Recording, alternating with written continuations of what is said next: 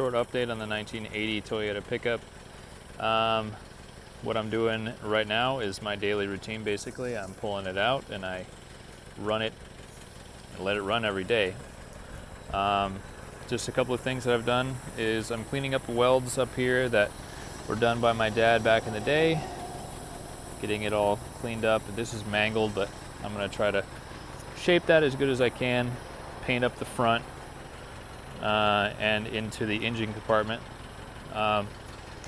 So right here, the battery actually ate away the fender, holding it up to the radiator support.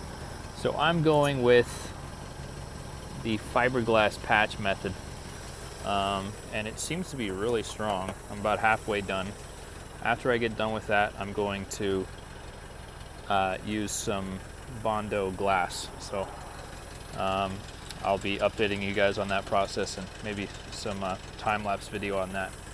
So the subject at hand I wanted to talk about is that the fatal mistake, or possibly fatal mistake, I may have made on this guy is starting it up after sitting 5 years or so.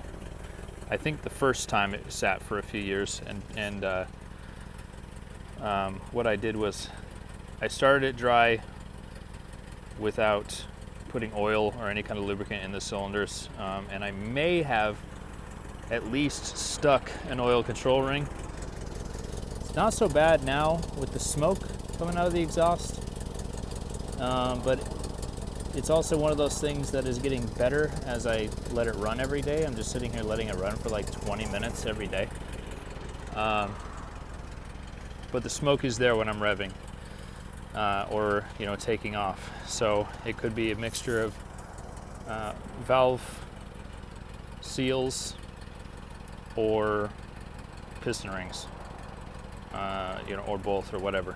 So I'm trying every single little thing that I can to not go into the engine. I ordered a gasket set for it, so I might just put in some valve stem seals for shits and giggles. It probably needs to be done anyway. The engine's old and had been sitting for a long time. But I really don't want to have to go into the engine if I don't have to, because if you hear it, the exhaust sucks, but the thing starts right up.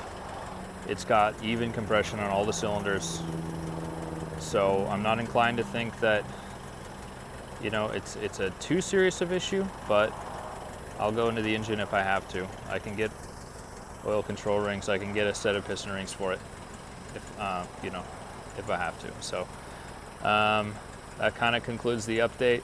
Just firing it up every day, driving it around, smoking out the neighborhood, pissing off the neighbors. I ordered, I got in the new radiator that's here, but I need to paint the front. I need to get it all prepped and painted. Still just kind of cleaning stuff up. I ordered a carburetor rebuild kit, so I'm just going through, figuring it all out. I did notice immediately some of the smoking went away when I changed the PCV valve back there. So the thing's old. Just there's not a nut or bolt that I'm not going to touch on this thing. So just going to keep on rolling, keep on going with the restoration. Anyway, see y'all next week, and hit me up in the comments. Let me know what kind of remedies you might have.